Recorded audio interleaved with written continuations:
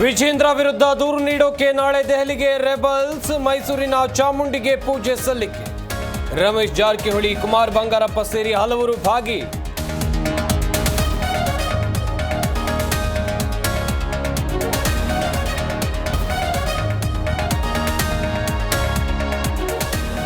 ದಾವಣಗೆರೆಯಲ್ಲಿ 30 ಮಹಿಳೆಯರ rape case. ಕಾಮುಕನಿಗೆ ಗಲ್ಲು ಶಿಕ್ಷೆ ನೀಡುವಂತೆ ಶ್ರೀರಾಮ್ ಸೇನೆ ಆಗ್ರಹ.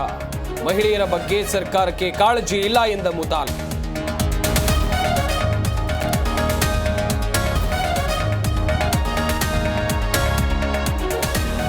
ಸಿದ್ದರಾಮಯ್ಯಗೆ ಎಡಗಾಲು ಮಂಡಿ ನೋವು. ಚಿಕಿತ್ಸೆ ಪಡೆದು ಆಸ್ಪತ್ರೆಯಿಂದ ಸಿಎಂ ಡಿಸ್ಚಾರ್ಜ್. 2 ದಿನ ರೆಸ್ಟ್ ಮಾಡೋಕೆ ವೈದ್ಯರ ಸಲಹೆ.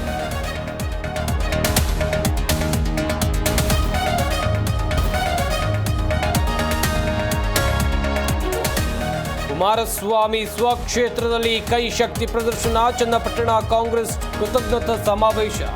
ಅತ್ತ ಮಾಜಿ ನಕ್ಸಲ್ 90 ಲಕ್ಷ್ಮೀ ಶರಣಾಗತಿ.